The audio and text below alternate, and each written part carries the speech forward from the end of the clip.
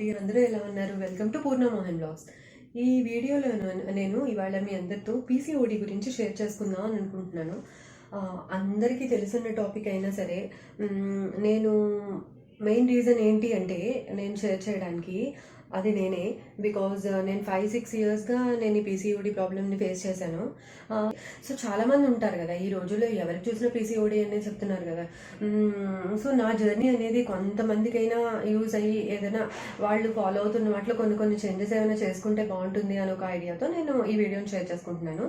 So ఈ వీడియోలో మొత్తం కంప్లీట్గా అసలు పీసీఓడి అంటే ఏంటి, సిమ్టమ్స్ ఎలా ఉంటాయి, అండ్ మనం ఎలాంటి లైఫ్ స్టైల్ చేంజెస్ అనేవి చేసుకుంటే తొందరగా పీసీఓడి తగ్గి మనం మళ్ళీ మామూలుగా నార్మల్గా అయిపోవచ్చు అనేది మనం చూద్దాము. సో అందరికీ మేబీ యూజ్ అవ్వకపోవచ్చు ఈ video, but most of the ఉమెన్కి ఈ ప్రాబ్లం ఉంది కాబట్టి ఎవరైనా ఇంట్రెస్ట్ ఉంటే కనుక ఈ వీడియో మొత్తం చూడండి. So let's get start. నాకు మ్యారేజ్ అయిన 1 year తర్వాత, 1 year వరకు బాగానే ఉంది, పీరియడ్స్ అవి రెగ్యులర్గానే వచ్చేవి. బట్ 1 year తర్వాత సడన్గా ఇర్రెగ్యులర్ పీరియడ్స్ అనేవి స్టార్ట్ అయ్యాయి. ఏంటి రీజన్ అనేది తెలియదు, మామూలుగా రెగ్యులర్గా వచ్చాయని చెప్పేసి డాక్టర్ దగ్గరికి వెళ్తే వాళ్ళు డయాగ్నోస్ చేసి పీసీఓడి అన్నారు. అప్పటికీ నాకు పీసీఓడి అనేది ఏంటి అనేది కూడా నాకు తెలియదు, నేను తెలుసుకోలేదు కూడా. డైరెక్ట్లీ డాక్టర్ దగ్గరికి వెళ్ళాము, వాళ్ళు ఏదో సమ్ మెడికేషన్స్ ఇచ్చారు. అలాగా అది ఒక 2 years పాటు నడిచింది. అప్పటికీ నేను ఇంకా అసలు పీసీఓడి అంటే ఏంటి అంటే వాళ్ళు చెప్పడం నేను విన్నాను తప్ప అసలు మనం ఏం చేయగలం దానికి వితౌట్ టేకింగ్ ఎనీ మెడికేషన్స్ అనేవి నేను కాన్సన్ట్రేట్ చేయలేదు. అలాగే జరిగింది. బట్ టాబ్లెట్స్ మెడికేషన్ వాడుతున్నంతసేపు బాగానే ఉండేది, పీరియడ్స్ అవి రెగ్యులర్గా వచ్చేవి. బట్ ఎప్పుడైతే వన్స్ మనం ఆపేసామో మళ్ళీ మామూలే ఇర్రెగ్యులారిటీ మొదలయ్యేది. తర్వాత కొన్ని రోజులకి ఇంకా అసలు ఏంటి ఇది ఇలా అవుతుంది అని చెప్పేసి నేను ఇంకా వాడడం మానేసి మనం ఏదైనా, లేదంటే అసలు కంప్లీట్గా రూట్ కాజ్ ఏంటి తెలుసుకుని ఎందుకు వచ్చింది అనేది తెలుసుకుని చేద్దాం అని చెప్పేసి అన్నీ తెలుసుకోవడం మొదలుపెట్టాను. సో ఆ ప్రాసెస్లో నేను తెలుసుకున్నవి అండ్ నేను ఫాలో అయినవి నేను ఇప్పుడు చెప్పబోతున్నాను. సో చూద్దాము. అసలు ఫస్ట్ పీసీఓడి అంటే అందరికీ తెలిసిందే కదా, polycystic ovarian syndrome are polycystic ovary disease. మన ఓవరీస్ నార్మల్ కండిషన్స్లో ఎలాంటి ఫంక్షన్ అయితే చేయాలో అవి చేయకుండా సమ్ ఇంప్రాపర్ ఫంక్షనాలిటీని చూపిస్తాయి. అదే పీసీఓడి. మెయిన్ అసలు పీసీఓడి రావడానికి రీజన్ ఏంటి అని చూసారంటే అందరూ చెప్పేది హార్మోనల్ ఇంబ్యాలెన్స్. ఎందుకు హార్మోనల్ ఇంబ్యాలెన్స్ వస్తుంది? అసలు మామూలు రెగ్యులర్గా మన లైఫ్ స్టైల్ మామూలుగానే ఉన్నాము, ఏం చేంజ్ చేసాము, ఏం చేయడం వల్ల హార్మోనల్ ఇంబ్యాలెన్స్ వచ్చింది, what is the root cause for hormonal imbalance అనేది ఫస్ట్ మనం డిటెక్ట్ చేసుకోవాలండి. ఊరికే మెడిసిన్స్ వేసుకోవడం అవన్నీ కూడా ఓకే, బట్ ఏంటి రూట్ కాజ్ ఏంటి అనేది తెలుసుకోకుండానే మనం పీసీఓడి అనే కాదు చాలా వాటికి మనం ఇలాగే కదా చేస్తున్నాము. రూట్ కాజ్ అనేది ఫైండ్ అవుట్ చేయకుండానే మనం మెడిసిన్స్ అనేవి తీసుకోవడం స్టార్ట్ చేస్తాం. బట్ హార్మోన్ ఇంబ్యాలెన్స్ రావడానికి అసలు రూట్ కాజ్ ఏంటి అంటే ఒక్కొక్కరికి ఒక్కొక్క రీజన్ ఉంటుంది. అది లైక్ స్ట్రెస్ వల్ల అవ్వచ్చు, స్లీప్ లేకపోవడం వల్ల అవ్వచ్చు, తర్వాత ఇంప్రాపర్ ఫుడ్ హ్యాబిట్స్ అండ్ ఇంకా డైటరీ చేంజెస్ ఏమైనా ఎక్కువ చేసే దానివల్ల, అండ్ సమ్ ఇన్ఫ్లుయెన్జా వల్ల అవ్వచ్చు, అది ఏదైనా అవ్వచ్చు. సో మొత్తానికి termed as life style changes. మన లైఫ్ స్టైల్లో ఏం చేంజ్ వచ్చింది, ఏంటి రూట్ అనేది మనం ఫస్ట్ జడ్జ్ చేసుకోవాలి. సో దాన్ని బట్టి మనం ఎలాంటి రెమెడీస్ అయితే అంటే in order to get rid of it ఎలాంటి చేంజెస్ అయితే చేసుకోవాలి అనేది మనం ఇప్పుడు ఫస్ట్ అది మెయిన్గా చూసుకోండి. ఈ ఓవరీస్ అనేది నార్మల్ ఫంక్షన్ అవ్వాలి అంటే, అసలు మన బాడీ ఓవరీసే కాదు మన బాడీ నార్మల్గా ఫంక్షన్ అవ్వాలి అంటే మెయిన్గా ఉపయోగపడేవి ఏంటి అంటే మనకి హార్మోన్స్. అందరికీ తెలిసిందే కదా హార్మోన్. ఇప్పుడు చెప్పుకుంటున్నాం కదా హార్మోనల్ ఇంబ్యాలెన్స్ రావడం వల్లే మనకి ఇవన్నీ వస్తున్నాయి అని చెప్పేసి. సో అసలు మెయిన్ మన బాడీలో లైక్ గ్రోత్ అవ్వాలన్నా, రీప్రొడక్షన్ జరగాలన్నా, స్లీప్ రావాలన్నా, మన మెటబాలిజం సరిగా ఉండాలి అన్నా, ఇంకా చాలా వాటికి మన ఇలాంటి వాటికి అన్నిటికీ ఉపయోగపడేవి ఏంటి అంటే hormones. They act as a chemical messengers and అవి మన బ్లడ్ స్ట్రీమ్లో ఫ్లో అయ్యి అండ్ టిష్యూస్ అండ్ ఆర్గాన్స్ అన్నిటికీ అవి మెసెంజర్స్ కింద యాక్ట్ చేస్తాయి అన్నమాట. ఇప్పుడు ఈ హార్మోన్స్లో మనకి ఇంబ్యాలెన్స్ రావడం వల్ల ఏమవుతుంది, అవి యాక్చువల్గా ఏవైతే చేయాలో అవి చేయకుండా ఇంప్రాపర్ ఫంక్షనాలిటీస్ అనేవి మొదలైపోతాయి. దానివల్ల అలాంటి వాటి వల్ల వచ్చిందే పీసీఓడి. పీసీఓడి అనేది ఎలా చెప్పొచ్చంటే it is just a signal or sign. It is showing that అంటే మన బాడీ ఒక సైన్ని చూపిస్తోంది. అదేమి పెద్ద డిసీజ్ అనే చెప్పక్కర్లేదు, కానీ ఇట్ ఈస్ అంటే స్టార్టింగ్ స్టేజ్లో ఒక సైన్ అనేది మన బాడీ మనకు చూపిస్తోంది కదా, సరిగ్గా జరగాల్సింది జరగట్లేదు, you need to take care of your cells అనేది మనకు ఒక సైన్ లాగా చూపిస్తోంది మన బాడీ. సో దాన్ని మనం ఫస్ట్లోనే కనుక తెలుసుకుని ఏం చేంజ్ చేసుకోవాలో చేంజ్ చేసుకుంటే ఒక 90% వరకు మనం ఓవర్కమ్ చేయొచ్చు అని అయితే నేనైతే స్ట్రాంగ్గా చెప్పగలనండి. అంటే నేను లేట్గా తెలుసుకున్నాను పీసీఓడి గురించి, బట్ ఎప్పుడైతే నేను కొన్ని కొన్ని చిన్న చిన్న హ్యాబిట్స్ అనేవి నేను మార్చుకున్నానో నాకు వెంటనే కొంచెం పీరియడ్స్ అనేవి రెగ్యులర్ అయిపోవడం అండ్ ఈ పీసీఓడి ఎఫెక్ట్ అనేది తగ్గడం అనేది నేను ఎక్స్పీరియన్స్ చేశాను. సో అసలు పీసీఓడి మనకు వచ్చింది అని మనం ఎలా డిటెక్ట్ చేసుకుంటాం అంటే ఫస్ట్ చాలా ఉన్నాయి సిమ్టమ్స్. దాంట్లో కొన్ని ఏంటి అంటే వెయిట్ గెయిన్, ఇంకా అన్ఎక్స్ప్లెయిన్ వెయిట్ గెయిన్, సడన్గా చాలా లావ్ అయిపోవడం స్టార్ట్ చేస్తాము. కొంతమందికి అయితే బాగా హెయిర్ లాస్ అయిపోయి బాల్నెస్ వచ్చేస్తుంది, మేల్ ప్యాటర్న్ లాగా బాల్నెస్ వస్తుంది. కొంతమందికి అన్వాంటెడ్ హెయిర్ ఆన్ చిన్ అండ్ చీక్స్ అవన్నీ వస్తాయి. అండ్ ఇంకొకటి ఏంటి మెయిన్గా అంటే ఇర్రెగ్యులర్ పీరియడ్స్, 3 months అయినా 4 months అయినా రాకపోవడం, వస్తే ఓవర్ బ్లీడింగ్ అయిపోవడం, ఇవన్నీ మేజర్ సిమ్టమ్స్ కింద చెప్పచ్చు. మెయిన్ ఇంపార్టెంట్ మెజర్స్ ఏంటి, ఎలా ఏమేం చేసుకుంటే మనకి పీసీఓడి అనేది తగ్గుతుంది అనేది చూద్దాం. సో ఫస్ట్ మీకు నచ్చితే ఓకే, లేదంటే కూడా నేను చెప్దాం అనుకుంటున్నాను ఏంటి అంటే అసలు first say no to medication అండి. That is the worst thing we are doing to our body అని చెప్పచ్చు. ఎందుకు అంటే అసలు మామూలుగా జరగాల్సింది జరగనివ్వకుండా by using some external pill మనం పీరియడ్స్ మెన్స్ట్రల్ సైకిల్ అనేది పీరియడ్స్ వచ్చేలా చూసుకుంటున్నాం. So we are bleeding on a pill, it is not the real bleed కదా. సో పిల్స్ వేసుకున్నంతసేపు బాగానే ఉంటుంది, వన్స్ ఎప్పుడైతే నువ్వు ఆపేసేవో దట్ ఈస్ మళ్ళీ టెంపరీ అయిపోతుంది, పర్మనెంట్ సొల్యూషన్ అనేది కాదు. అండ్ దానివల్ల చాలా సైడ్ ఎఫెక్ట్స్. దానికి రియల్ ఎగ్జాంపుల్ చాలామంది నాలాంటి వాళ్ళు చాలామంది ఉంటారు కదా, తెలియకుండా అంటే మనం వల్ల అసలు ఎంత వెయిట్ గెయిన్ అవుతుందంటే అండి, అసలు నేను మ్యారేజ్కి ముందు ఒక 53 or 54 ఉండేదాన్ని. ఈ ట్యాబ్లెట్స్ వాడడం వల్ల సడన్గా 10 kgs అసలు ఎలా పెరిగానో తెలియదు, అలా పెరిగిపోయాను. సో నాకు ఫస్ట్ ఇంకా చెప్పేది ఏంటి, ఫస్ట్ మెయిన్ ఏంటి అంటే అసలు మెడిసిన్స్ అనేది వాడకండి. అసలు కొంతైనా మీ బాడీకి మీరు కొంచెం ఒక టైం ఇవ్వండి. మీరు కొంచెం న్యాచురల్గా ఏదైనా క్యూర్ చేద్దాం, న్యాచురల్గా ట్రీట్ చేసుకుందాం అనే ఒక ఆలోచన పెట్టుకోండి అని. అదే ఫస్ట్ నేను చెప్పొచ్చేది ఏంటి అంటే అదే say no to medicines. And next second ఏంటి అంటే so your food is your medicine. మనం తీసుకునే ఫుడ్లో చేంజెస్ చేసుకోవాలి.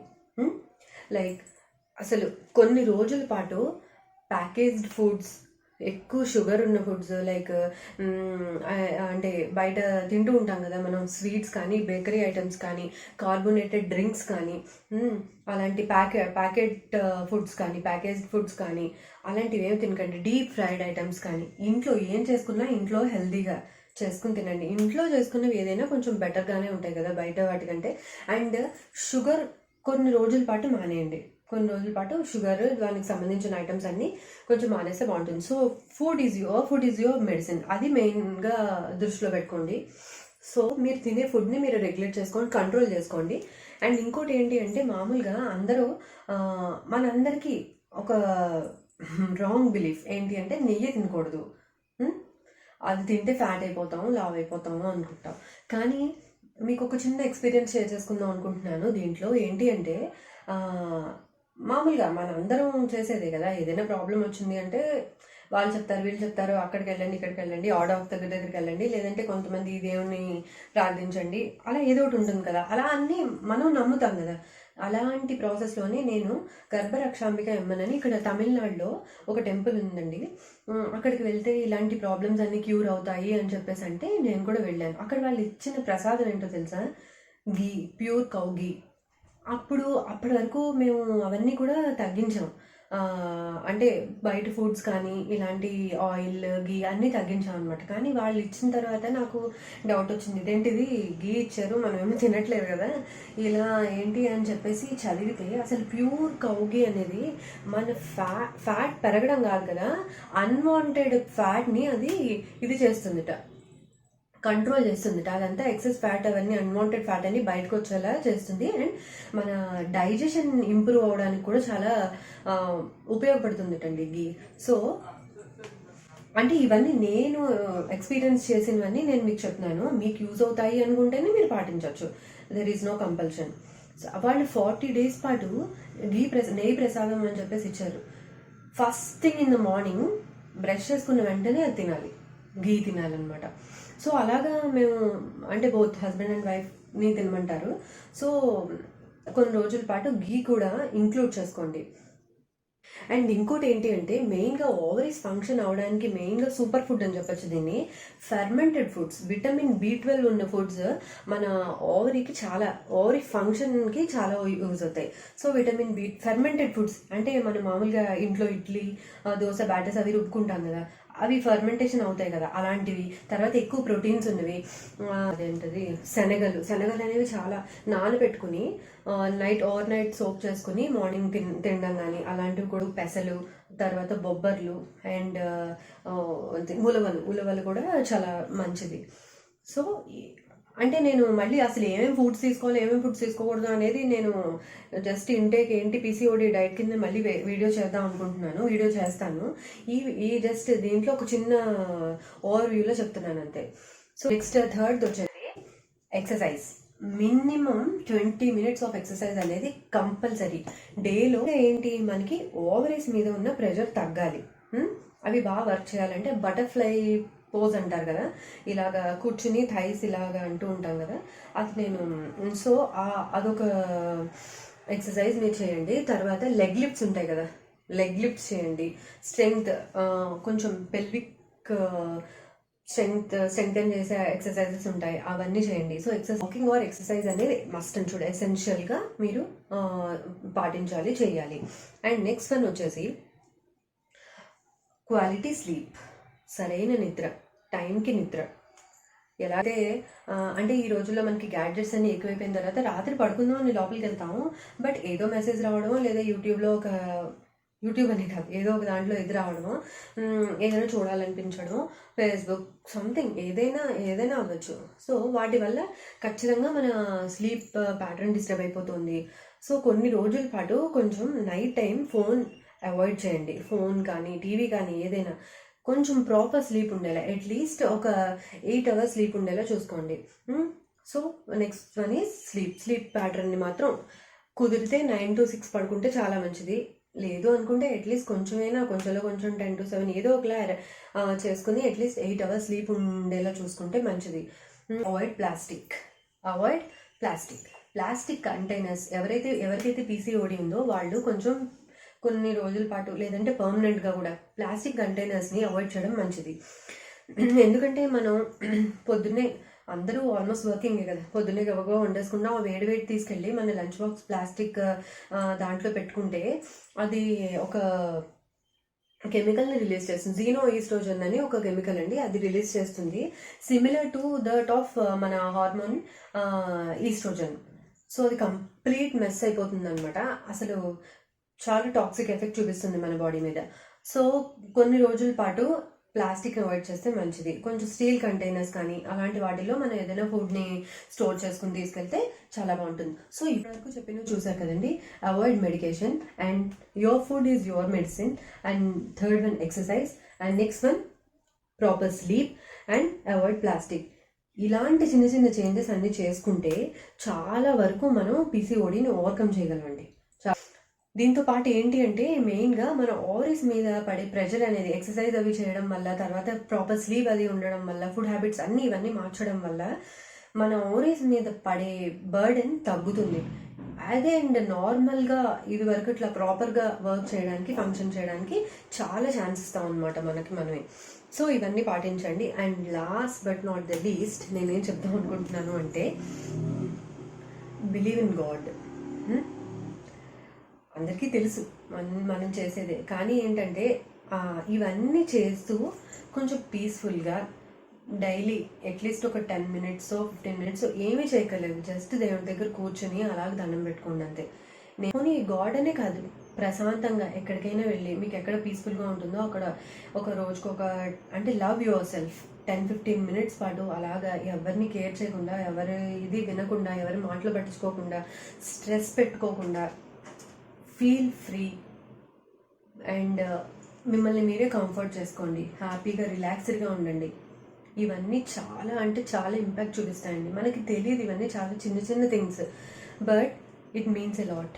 మన బాడీ, లవ్ యువర్ సెల్ఫ్ కదా, మన బాడీని మనమే బాగా చూసుకోవాలి, మనల్ని మనమే కాపాడుకోవాలి. సో ఇవన్నీ మీకు చాలా యూజ్ అయ్యాయి అనుకుంటున్నాను. అండ్ ఇంకొకటి చెప్దాం అనుకున్నాను, లైక్ నేను అంటే పీసీఓ ఈ మధ్యనే నాకు తెలిసింది, ఇది వరకు నాకు తెలియదు. నేను ఇవన్నీ ఈ చేంజెస్ అడాప్ట్ చేసుకున్నప్పుడు నాకు తెలీదు. ఏంటి అంటే ఆయుర్వేదాలో నా ఫ్రెండ్ ఒక అమ్మాయి ఆయుర్వేద ఉంది, ఆ అమ్మాయి చెప్పింది నాకు. ఏంటంటేట వాళ్ళ హెర్బ్స్ అవన్నీ మూన్ లైట్లో పెడతారట. వాళ్ళు మెడిసిన్స్ తయారు చేసేటప్పుడు అవన్నీ మూన్ లైట్లో పెడతారట. అంటే ఆ మూన్ లైట్ అనేది పడడం వల్ల దానికి కొంచెం ఆ మెడిసిన్కి ఇంకా మంచి దాని మెడిసినల్ వాల్యూ పెరుగుతుంది అనేది చెప్పింది. అండ్ ఇంకోటి ఏంటి అంటే మూన్ లైట్ కూడా చాలా మంచిదండి. సన్లైట్ ఎలాగైతే మంచిదో మూన్ లైట్లో కూడా డైలీ మనం కొంచెం సేపు ఉండడం అనేది మన బాడీకి చాలా మంచిదిట. సో అదేమీ పెద్ద విషయం కాదు కదా, కుదిరితే కొంచెం మూన్ లైట్లో వాక్ చేయడమో లేదా టెర్రస్ మీదకి వెళ్ళి ఒక 5-10 మినిట్స్ స్పెండ్ చేయడమో ఏదో ఒకటి చేస్తే బాగుంటుంది. సో ఇవన్నీ పాటించి చూడండి. అండ్ ఇవన్నీ నేను పాటించాను 5 years.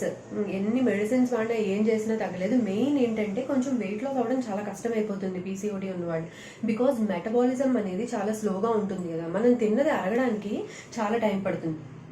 అండ్ ఫాస్ట్గా వెయిట్ గెయిన్ అయితే అవుతాం, కానీ వెయిట్ లాస్ అనేది చాలా కష్టం. ఇవన్నీ చిన్న చిన్న చేంజెసే కదా. ఫుడ్లో కొంచెం చేంజెస్, ఎక్సర్సైజెస్ యాడ్ చేసుకోవడం, ప్రాపర్గా స్లీప్ ప్యాటర్న్ అనేది ప్రాపర్ చేసుకోవడం, ఇలాంటివన్నీ ఫాలో అయ్యి చూడండి. ఖచ్చితంగా మీకు ఓవర్కమ్ చేస్తారు, దీన్ని గ్యారంటీగా. నేను అలాగే చేశాను. అండ్ ఫైనల్గా అంటే ఓన్లీ ఇదని కాదు, ఆ తర్వాత నేను వేరే డాక్టర్ని కలిసాను. ఆ డాక్టర్ చెప్పినవన్నీ నేను పాటించి ఇలాంటివే చెప్పారు, ఇవన్నీ పాటించి సో ఎక్సర్సైజ్ కూడా చేయడం వల్ల నాకు వెయిట్ లాస్ అయ్యాను. ఫస్ట్ వెయిట్ లాస్ అయ్యి తర్వాత 4 months పాటు రెగ్యులర్గా పీరియడ్స్ వచ్చాయి అండ్ వెంటనే నేను కన్సీవ్ అయ్యాను. సో ఖచ్చితంగా మీరు అందరూ కూడా ఇది పాటించండి. It is not a big deal కదా. పీసీఓడిని తగ్గించుకోవడం అనేది చాలా మన చేతుల్లోనే ఉంది. వెయిట్ లాస్ అవ్వాలి అని చెప్పేసి మీరు గట్టిగా. అండ్ ఇంకోటి ఏంటో తెలుసా, power of sub conscious mind అనేది ఒక బుక్ ఉంది, దాంట్లో మా హస్బెండ్ నాకు చెప్పారనమాట. ఏదైనా ఒక విషయం కనుక మనం ఒక 2-3 weeks పాటు రాత్రి పడుకునేటప్పుడు రిమైండ్ చేసుకుంటూ ఇది చేయాలి. అంటే ఫర్ ఎగ్జాంపుల్ పీసీఓడి తగ్గాలి, వెయిట్ లాస్ అవ్వాలి అనేది ఒక ఉంటుంది కదా మనకి మోటో, ఒక చిన్న డ్యూరేషన్లో జరగాలి అనేది. అది మీరు అనుకుంటూ ఉంటే అది జరుగుతుంటుంది. తను ఎప్పుడు నాకు ఇలాంటివన్నీ చెప్తూ ఉంటారు. సో ట్రై చేయండి అది కూడా. పడుకునేటప్పుడు మన పాజిటివ్ థాట్స్, కొంచెం పాజిటివ్గా ఉండడం, పాజిటివ్ పీపుల్ చుట్టూ ఉండడం, నెగిటివ్ థాట్స్ అనేవి పెట్టుకుంటూ ఉండడం. స్ట్రెస్ ఏదైనా జరగని, ఎవరు ఎలాగైనా ఉండని, నువ్వు కూల్గా ఉండు, నువ్వు కొంచెం ఇదిగా ఉండు, స్ట్రెస్ ఫ్రీగా ఉండండి, ఏం పట్టించుకోకండి. సో అలా ఉంటే కనుక చాలా బాగుంటుంది. మీ బాడీ మీద అసలు ఇల్ ఎఫెక్ట్స్ అనేవి ఉండవు. ప్లీజ్ బిలీవ్ ఇన్ గాడ్ని నమ్మండి, అంతా మనకి మంచి జరుగుతుంది. అండ్ పీసీఓడి అనేది it's not a big deal, చాలా వరకు మనం క్యూర్ చేసుకోవచ్చు. అండ్ ఇది నేను ఫాలో అయిన చిన్న చిన్న చేంజెస్. ఇంకా డైట్లో మనం ఎలాంటి చేంజెస్ చేసుకుంటే బాగుంటుంది, అసలు ఒక రోజులో మనం ఏం తీసుకుంటే బాగుంటుంది డైట్లో అనేది నేను ఇంకొక వీడియోలో చెప్తాను. Thank you so much for watching.